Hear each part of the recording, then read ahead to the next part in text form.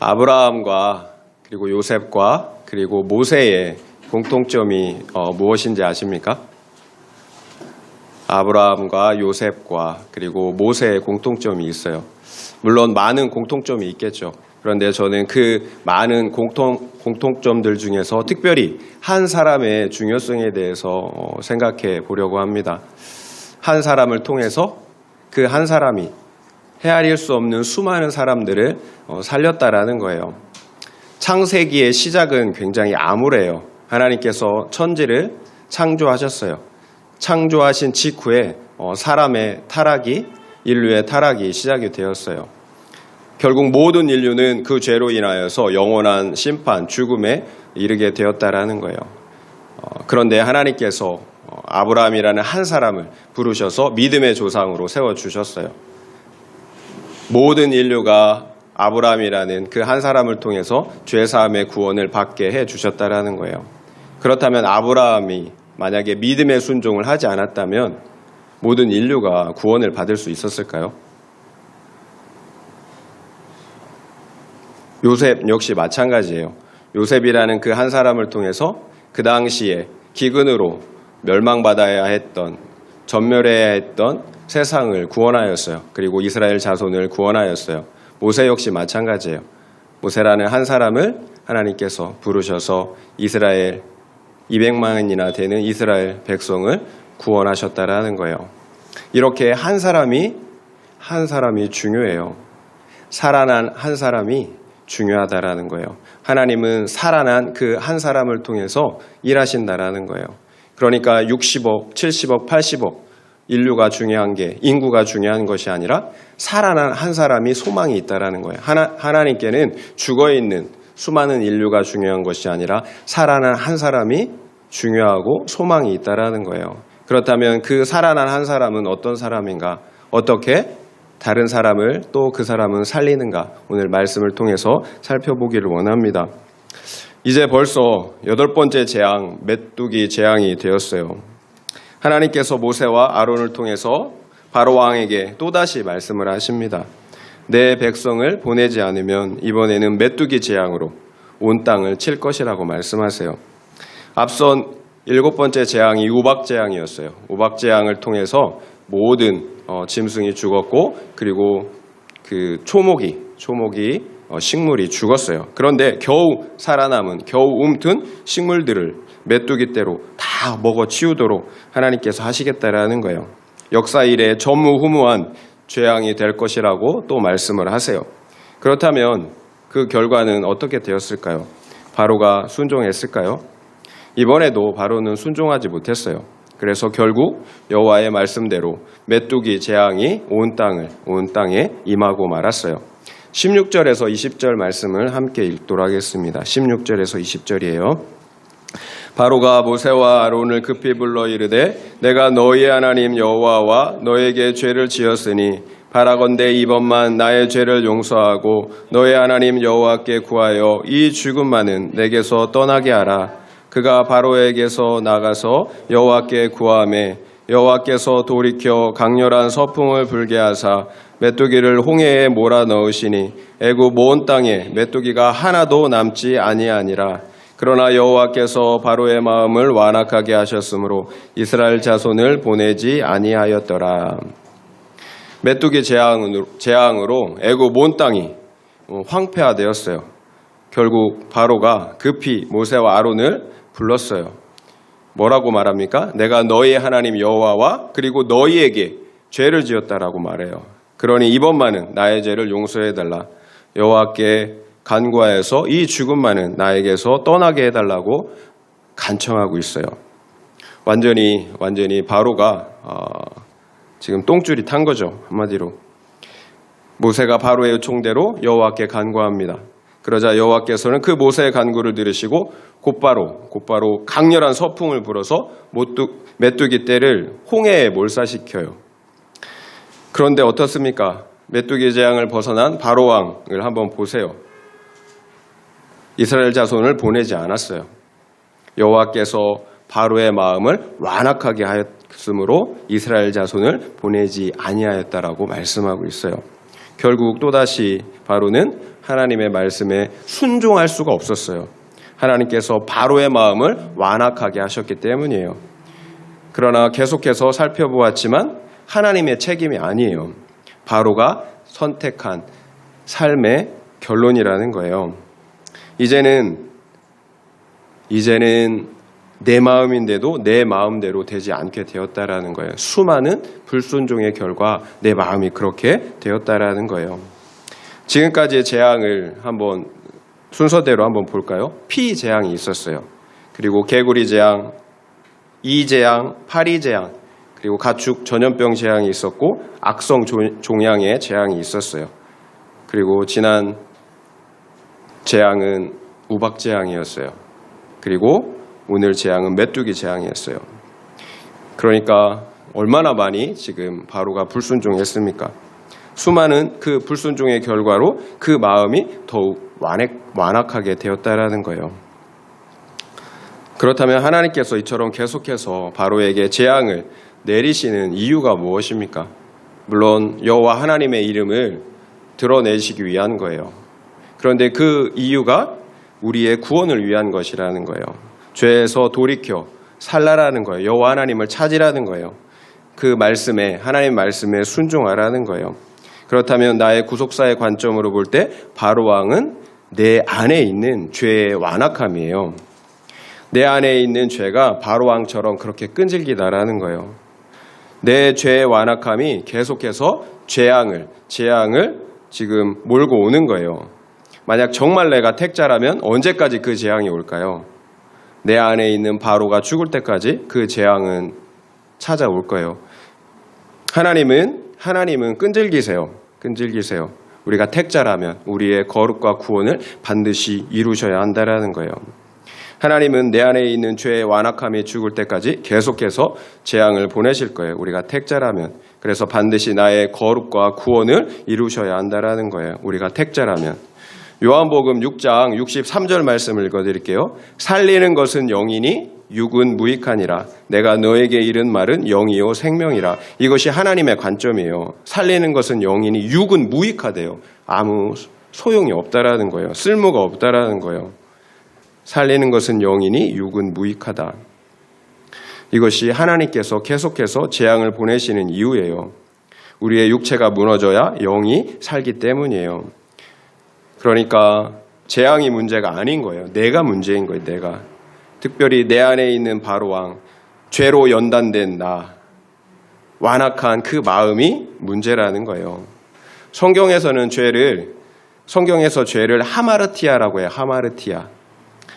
하마르티아라는 그 단어의 의미는 관역에서 벗어났다라는 의미예요. 관역에서. 무슨 관역에서 벗어난 걸까요?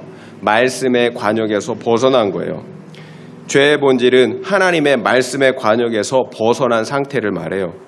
하나님의 말씀을 순종하지 못하는 상태가 바로 죄라는 거예요. 정확하게 말하자면 죄는 하나님의 말씀에 순종하지 못함으로 하나님을 떠난 상태, 그것이 죄예요. 그래서 죄의 결과는 생명 대신 하나님과의 분리, 곧 죽음이에요. 죄의 결과는 하나님과의 분리, 생명 대신 하나님과의 분리는 곧 죽음이에요. 그래서 성경이 증거하는 바처럼 하나님을 떠난 모든 인류는 본질적으로 죽어 있어요. 우리가 본질적으로 죽어 있었다라는 거예요. 결국 우리가 하나님의 말씀에 순종할 수 없는 이유는 우리 안에 있는 죄 때문이라는 거예요. 죄는 실체예요. 죄는 영향력이에요. 실제적인 영향력. 죄가 내 안에 역사하고 있기 때문에 말씀의 관역을 맞출 수가 없는 거예요. 우리의 죄가 죽기까지는 결코 말씀의 관역을 맞출 수가 없다라는 거예요. 그러니까 우리 몸속에서 암이 자라면 그 암이 우리를 죽게 하는 것처럼 우리 영혼 안에 죄가 자라나면 그 죄가 우리 영혼을 죽게 한다라는 거예요. 우리 영혼이 죽는데 그 죄로 죽었는데 어떻게 말씀의 관역을 맞출 수가 있겠어요? 결국 구원은 이런 죄의 실체를 없애는 거예요. 우리 안에 자라고 있는 죄의 실체를 없애는 거예요. 요한일서 1장 9절 말씀을 읽어드릴게요. 만일 우리가 우리 죄를 자백하면 그는 미쁘시고 의로우사 우리 죄를 사하시며 우리를 모든 불의에서 깨끗하게 하실 것이요. 만일 우리가 우리의 죄를 고백하고 자백하면 그는 미쁘시고 의로우시대요. 미쁘시다라는 것은 믿을 수 있다라는 거예요. 우리가 믿을 수 있다. 그분은 믿을 수 있어요. 그리고 의로우세요. 그래서 우리의 죄를 사하실 수 있다라는 거예요. 그리고 우리를 모든 불의에서 깨끗게 하신다라는 거예요. 우리의 죄를 사하심으로 우리를 실제로 거룩하게 하신다라는 거예요. 어디에 달려 있나요? 우리의 죄를 고백하는 거예요. 그러면 그분은 믿으실 수 있어요. 그리고 그분은 의로우세요. 그래서 우리의 모든 죄를 사하실 수 있고 우리를 의롭게 해주실 수 있다라는 거예요. 이것이 죄를 없애는 방법이에요. 우리의 죄를 고백하는 거예요. 하나님은 우리가 우리의 죄를 자백하면 우리의 죄를 사해 주세요. 우리의 회개를 통해서 우리의 죄를 없애신다라는 거예요. 하나님은 지속적인 우리의 회개를 통해서 그러니까 우리의 거룩과 구원을 이루어 가시는 거예요. 그래서 말씀의 선포가 중요한 거예요. 말씀의 선포를 통해서 말씀의 기준을 가지고 나의 잘못된 죄를 보게 되는 거예요. 말씀을 통해서만 내 죄를 볼 수 있다라는 거예요. 그리고 말씀이 선포할 때 역사하시는 성령의 역사로만 우리는 우리의 죄를 회개할 수가 있어요. 그래서 반드시 말씀의 선포가 있어야 되는 거예요. 성령이 아니고서는 본질적인 회개를 할 수가 없어요. 예수를 주시라고 구원자로 영접할 수가 없어요. 우리의 구원의 메커니즘을 그래서 잘 알아야 돼요. 죄가 죽어야 내 영혼이 살아요. 내 영혼이 살아나야 말씀을 행할 수가 있어요.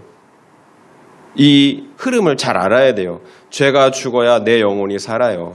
내 영혼이 살아야 말씀의 관역을 맞출 수가 있는 거예요. 하나님의 말씀을 순종할 수가 있는 거예요. 그러니까 구원은 본질적으로 내 죄를 죽이는 거예요. 그래서 최종적으로 말씀의 관역에 명중시키는 거예요. 순종하는 거예요. 결국 바로가 말씀에 순종하지 못한 이유는 그 죄가 해결되지 않았기 때문이에요. 진정한 회개가 없었다라는 거예요. 그러니까 우리는 얼마든지 거짓 회개, 거짓 믿음을 가지며 착각하며 살아갈 수가 있다라는 거예요. 혹시 우리가 예배가 끝나고 돌아가면 과거처럼 세상의 가치관대로 살아가고 있지는 않는지 한번 생각해 보세요. 예배할 때랑 세상에서의 내 삶이 다르다면 예배할 때는 하나님의 말씀을 가지고 예배하지만 세상에서는 여전히 과거에 살았던 그 세상의 가치관대로 살아가고 있다면 우리가 고민해 봐야 되는 거예요. 그러면 우리 역시 바로와 다르지 않다라는 거예요. 말로는 회개한다고 해놓고 여전히 내 마음대로 살고 있잖아요, 바로가. 과거의 내 가치관이 아니라 말씀을 따라 살아야 되는 거예요. 진정한 회개가 있다면. 말씀에 순종하는 그 삶을 살아가지 않는다면 여전히 우리는 죄 가운데 살아가고 있다라는 거예요. 바로처럼 회개가 없는 삶이죠. 그런 믿음은 바로를 구원할 수 없었잖아요. 적용 질문을 드리겠습니다. 하나님의 말씀에 굴복하지 못하게 하는 내 안에 있는 완악한 바로는 무엇입니까? 재물에 대한 탐심, 음란, 자아실현, 자기애, 혈기입니까? 한번 생각해 보시길 바랍니다. 하나님의 말씀에 굴복하지 못하게 하는 내 안에 있는 완악한 바로는 무엇입니까? 재물에 대한 탐심, 음란, 자아실현, 자기애, 혈기입니까? 한번 생각해 보시길 바랍니다. 모세가 지팡이를 들자 여호와께서 동풍을 일으켜서 메뚜기 떼를 몰고 왔습니다. 또 모세가 간구하자 여호와께서 서풍을 일으켜서 메뚜기 떼를 홍해 바다에 멸절시켰습니다. 이것이 우리가 보여줘야 할 복음의 능력, 말씀의 능력입니다. 모세가 하나님의 말씀에 순종했을 때 일어난 일들이에요. 지금 처음 재앙부터 지금 8번째 재앙까지 계속되는 패턴이에요. 모세가 하나님의 말씀에 순종했을 때 하나님께서 일하신다라는 거예요. 그래요. 우리가 말씀을 가감없이 선포하고 또 순종해야 하는 이유는 그래야만 하나님의 능력이 나타나기 때문이에요. 말씀의 능력이 나타나기 때문이에요. 지난주에도 말씀드린 것처럼 바로가 비록 가짜 회개라도 자신의 죄를 볼 수 있었던 이유는 모세가 하나님의 말씀에 철저하게 순종했기 때문이에요. 말씀을 선포하자 그 후에는 말씀이 일하셨다라는 거예요. 그래서 우리는 때를 얻든지 못 얻든지 말씀을 전파해야 합니다. 말씀을 전파하지 않으면 어떤 일도 일어나지 않는다라는 거예요. 말씀을 선포하면 어떤 사람은 받아들여요. 그런데 어떤 사람은 받아들이지 않아요. 그런데 우리가 말씀을 선포하지 않으면 어떤 일도 일어나지 않는다라는 거예요. 가장 큰 말씀의 능력은 무엇이라고 했습니까? 가장 큰 말씀의 능력. 성질 더러운 내가, 나만 알던 이기적인 내가 변하는 거예요. 내가 거듭나는 거예요. 그러니까 복음으로 변화된 나를 보여주지 못한다면 내가 전하는 복음은 어떤 능력도 나타낼 수가 없다라는 거예요. 어떤 사람도 살릴 수가 없다라는 거예요. 적용 질문을 두 번째 드려볼게요. 그렇다면 나의 문제는 무엇입니까? 말씀을 전하지 못하는 것입니까? 아니면 그 말씀의 능력, 곧 변화된 나를 보여주지 못하는 것입니까? 한번 생각해 보시기 바랍니다. 그렇다면 나의 문제는 무엇입니까? 말씀을 전하지 못하는 것입니까? 아니면 그 말씀의 능력, 곧 변화된 나를 보여주지 못하는 것입니까? 한번 생각해 보시기 바랍니다. 이적과 그리고 구원의 주체는 누구입니까? 이적과 구원의 주체, 하나님이죠. 모세가 순종할 때 하나님께서 하셨어요. 모세가 한 것이 아니에요. 그 사실을 우리는 한시도 잊어서는 안 됩니다. 모든 구원의 주체는 하나님 한 분이세요. 우리를 통해서 어떤 능력이 나타난다고 교만해서는 안 된다라는 거예요. 우리가 교만할 때 곧바로 그 능력이 사라져요. 그러나 하나님께서는 그 모든 구원의 사역을 사람을 통해서 하신다라는 거예요. 그 사람을 통해서 그 사람의 말씀 선포를 통해서 일하신다라는 거. 이 사실을 아는 게 굉장히 중요해요. 하나님은 전능하세요. 그런데 사람을 통해서 일하신다라는 거예요. 그 사람의 말씀 선포를 위해서 전파를 통해서 일하신다라는 거예요. 하나님은 모세 한 사람을 통해서 200만 명이나 되는 이스라엘 자손을 구원하셨다라는 거예요. 그래서 한 사람이 중요한 거예요. 그렇다면 그 사람은 어떤 사람인가요? 세상적으로 힘있고 능력 있는 사람이 아니에요. 80세 양치기 노인에게 무슨 힘, 무슨 능력, 무슨 권력이 있겠어요? 바로 왕과 필적할 만한, 대적할 만한, 보여줄 만한 어떤 뛰어남이 없어요. 그런데 모세가 어떻게 했나요? 하나님의 말씀에 온전히 순종한 것, 그것뿐이에요. 그래서 하나님의 말씀을 가감없이 전한 것, 그것뿐이에요. 하나님께 쓰임받는 사람, 그래서 영혼을 살리는 사람은 절대적으로 이처럼 하나님의 말씀에 그래서 순종하는 사람인 거예요. 내 생각, 내 열심이 앞서는 사람이 아니에요. 묵묵히 하나님의 말씀대로 순종하고 나가면 하나님께서 다 알아서 해 주신다라는 거예요. 그러나 우리가 불순종하면, 말씀을 증거하지 않으면 하나님께서 하시고 싶어도 하실 수가 없어요. 그래서 오히려 너무 능력이 많은 사람, 똑똑한 사람, 힘센 사람은 하나님께서 쓰실 수가 없어요. 너무 지혜가 많아서 내 생각대로 하기 때문이에요. 하나님께서 광야에서 모세를 40년 동안이나 그렇게 뺑뺑이를 돌린 이유를 한번 생각해 보세요. 말이 40년이지. 여러분 진짜 하루 견디기도 힘들잖아요. 6개월, 1년, 2년 그 기다리는 것도 미칠 것 같은데 40년을 광야에 있었어요. 여러분 혹시 모소대나무라고 들어보셨나요? 모소대나무. 이 대나무는 중국의 극동 지방에서 자라는 대나무인데요.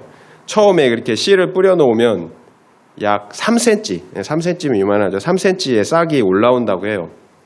그런데 2년, 3년, 4년이 지나도 그대로라는 거예요. 그러니까 4년 동안 키웠는데 3cm가 전부라는 거예요. 그러면 씨가 문제일까요? 땅이 문제일까요? 모르는 사람들은 그 대나무를 얼른 캐내겠죠. 문제가 있다라고. 그리고 다른 씨를 심을 거예요. 그런데 반전이 있어요.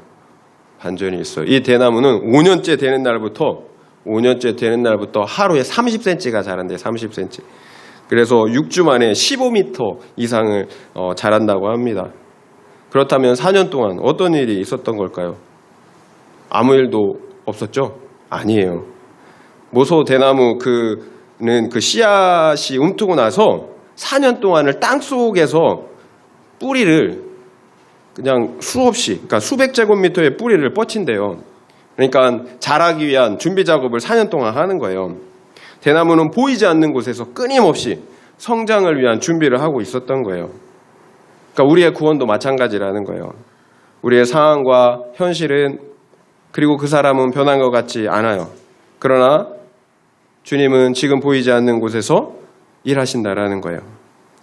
모소대나무가 계속해서 뿌리를 내리고 있었던 것처럼 하나님께서도 우리의 거룩과 구원을 위해서 끊임없이 일하고 계신다라는 거예요. 우리를 사용하시기 위해서 준비시키고 있다라는 거예요. 무엇이 필요할까요? 무엇이? 눈에 보이는 건 3cm에 얼른 뽑아버리고 싶죠.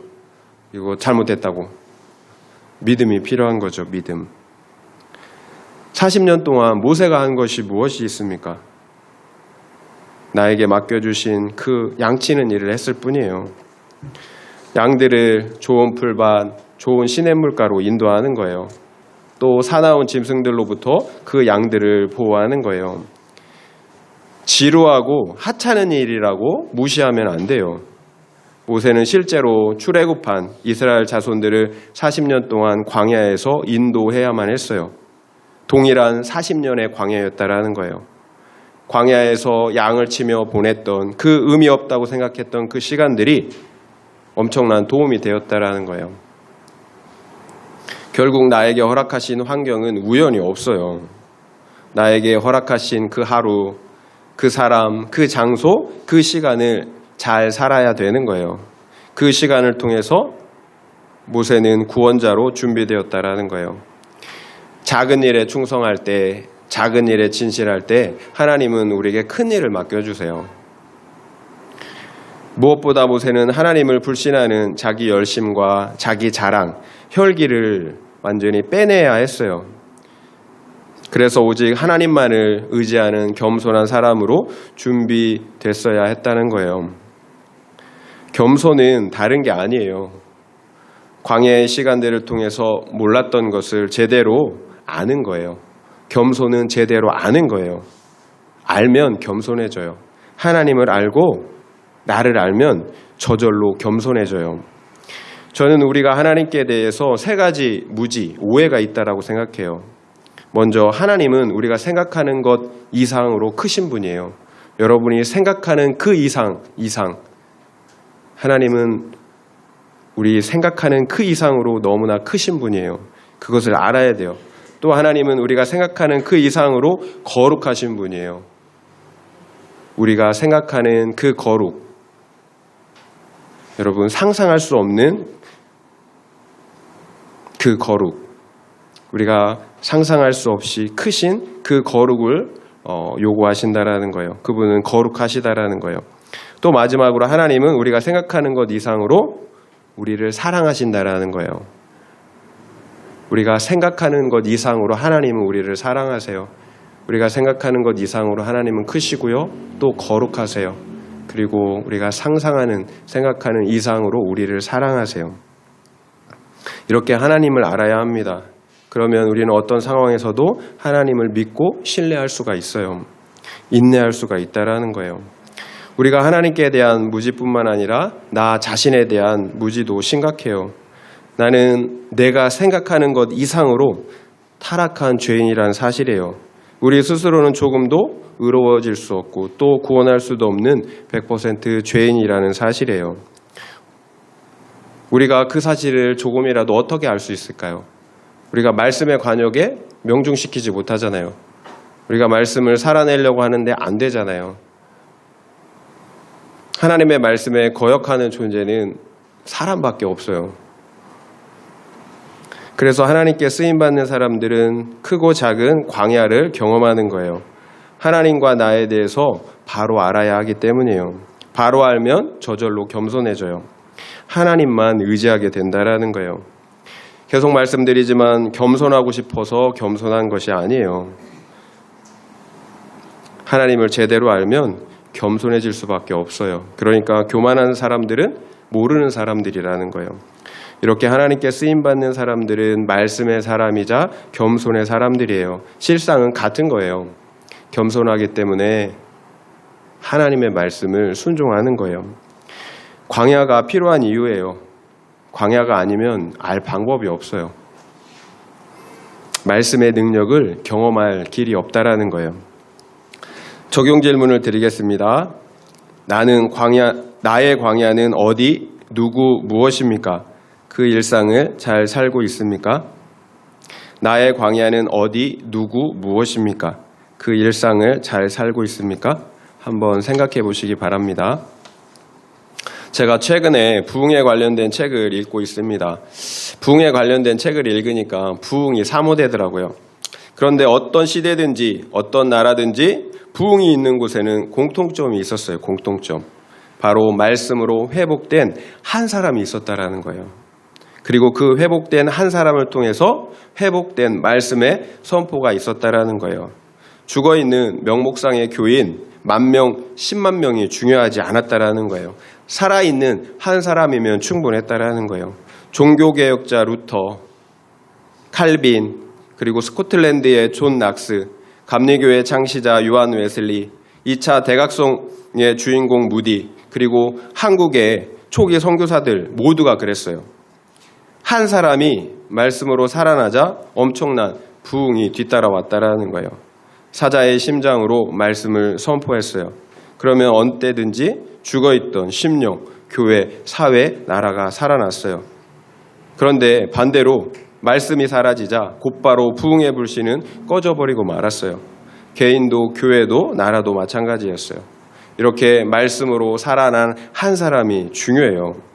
살아있는 말씀의 선포가 이렇게 중요하다라는 거예요. 우리들 교회 김양재 목사님이 대표적인 경우인 것 같아요. 김양재 목사님은 아버지가 장로님, 어머니는 권사님이에요. 이렇게 그분은 믿는 가정에서 태어났지만 기복적인 신앙을 가지고 있었습니다. 서울대를 졸업하고 유학을 가서 교수가 되려는 그런 야망을 가지고 있었어요. 그래서 사업체를 운영하는 그 장로 집안의 의사 남편과 결혼을 했다고 합니다. 장차 교수가 되는데 남편의 도움을 받고자 한 거예요. 사람들은 목사님의 결혼을 두고 잘하는 결혼이라고 입을 모았다고 합니다. 10년이 넘도록 교회에서 피아노 반주로 봉사를 했으니까 하나님께서 복 주는 것이라고 이렇게 말했다고 해요. 그러나 결혼하자마자 광야의 삶이 시작이 되었어요. 무학자인 시어머니 밑에서 가혹한 시집살이를 해야만 했습니다.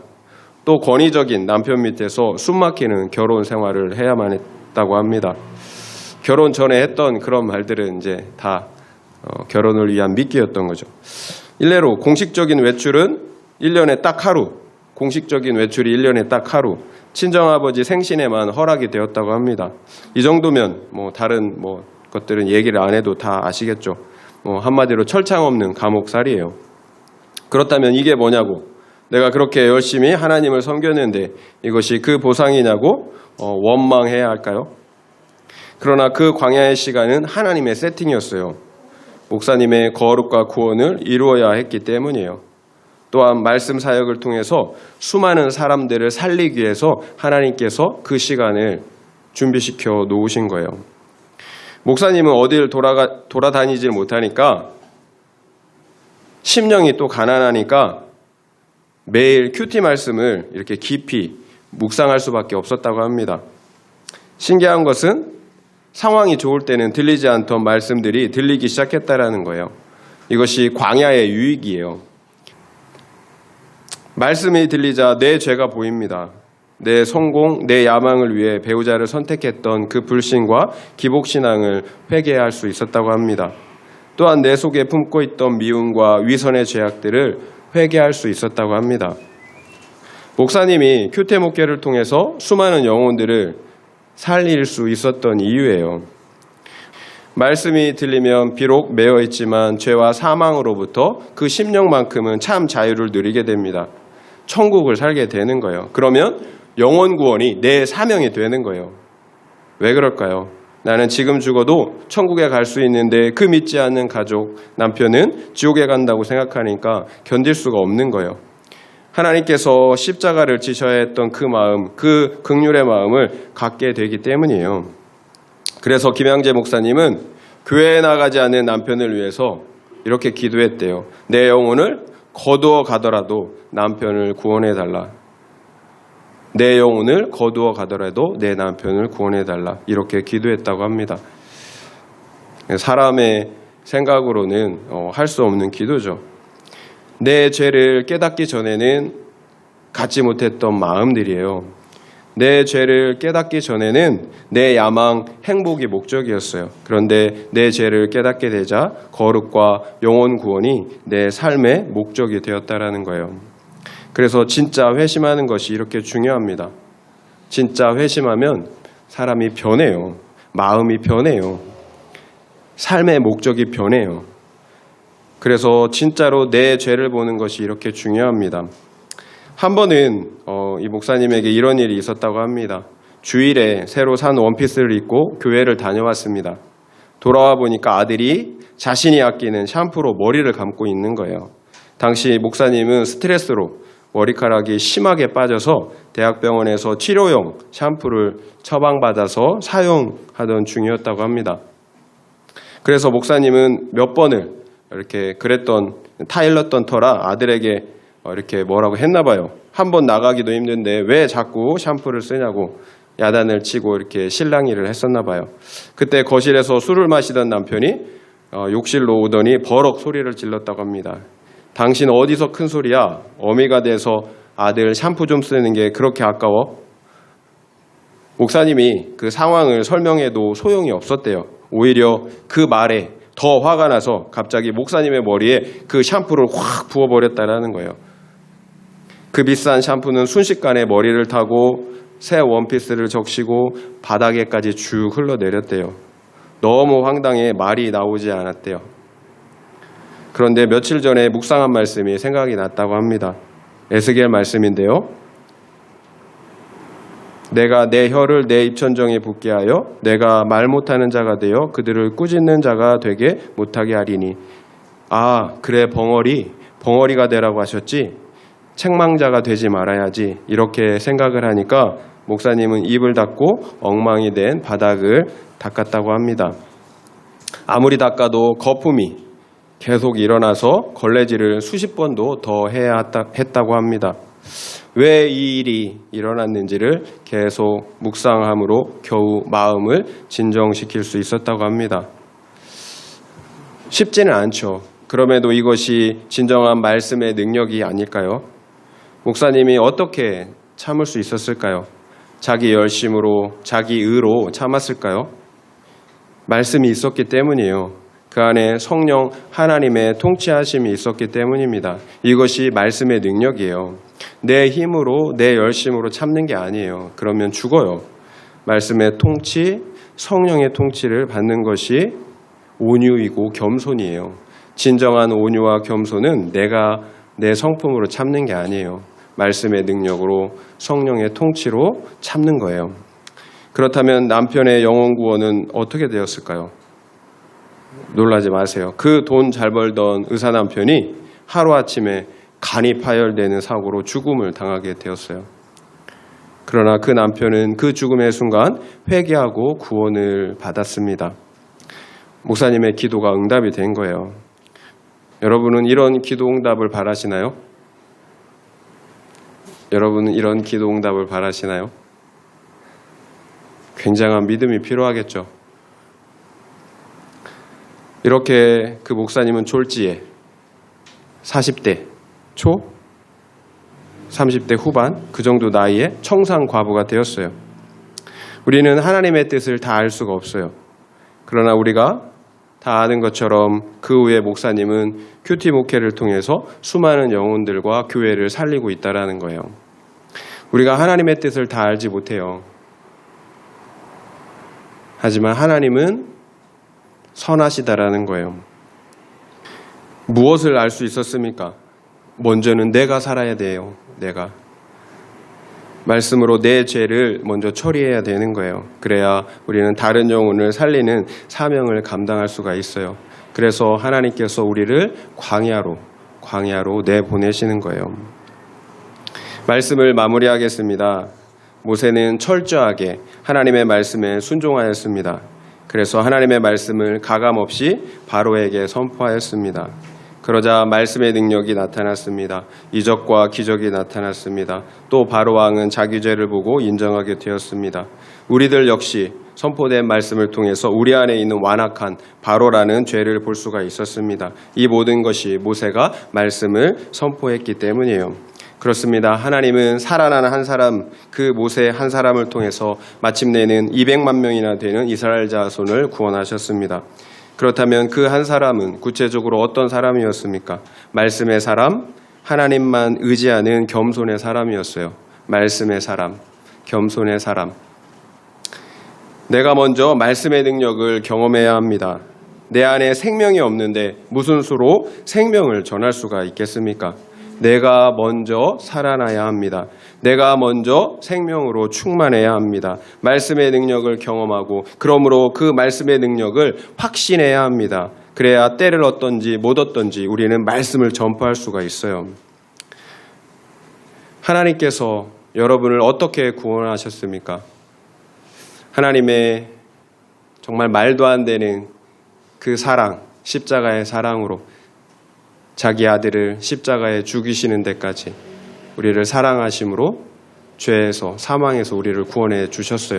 그리고 오래 참는 우리 인생 가운데 수없이 오래 참는 그 사랑으로 우리를 구원해 주셨어요. 그렇다면 하나님은 우리를 왜 구원해 주셨을까요? 우리를 긍휼히 여기기 때문에, 우리를 사랑하시기 때문에 우리를 죄에서 구원해 주신 거예요. 그런데 하나님은 우리만 사랑하시는 게 아니라는 거예요. 다른 영혼들 역시, 지옥 가고 있는 그 영혼들 역시 하나님은 사랑하신다라는 거예요. 그래서 우리에게 사명을 맡기시는 거예요. 너희가 긍휼을 얻은 것처럼, 너희들이 죄사함을 얻은 것처럼, 그래서 영생을 얻은 것처럼 너희도 그 사랑을, 그 긍휼을 전해달라라는 거예요. 이 땅의 삶은 길지 않아요. 한 번 부는 바람과 같아요. 눈 뜨고 일어나면 없어지는 일장 춘문과 같다라는 거예요. 꿈과 같다라는 거예요. 그 남은 인생을 어떻게 살아야 할까요? 남은 인생, 사명을 감당하는 인생보다, 영혼을 살리는 인생보다 더 복된 인생은 없어요. 그래서 하나님은 우리를 그 사명을 감당하는 그 인생을 살기를 원하신다라는 거예요. 그런데 왜 우리가 하나님의 말씀을, 그 복음을 증거하지 못할까요? 말씀을 드린 것처럼 생명이 없는 사람은 또 다른 생명을 낳을 수가 없어요. 생명이 있을 때만 생명을 낳을 수가 있어요. 말씀의 능력을 경험하지 못한 사람, 그래서 말씀의 능력을 확신하지 못한 사람은 말씀을 증거할 수가 없어요. 오직 말씀의 능력을 경험하고 확신하는 사람만 말씀을 담대하게 때를 얻든지 못 얻든지 전파할 수 있다라는 거예요. 그 말씀의 전파가 아니면 영혼을 살릴 수가 없어요. 하나님은 그 살아있는, 살아난 한 사람이 우리가 되기를 원하신다라는 거예요. 말씀으로 살아난 우리가 되기를 바랍니다. 그러므로 수많은 영혼들을 살려내는 복된 사명을 감당하는 우리 모두가 되시기를 예수의 이름으로 축원을 드립니다.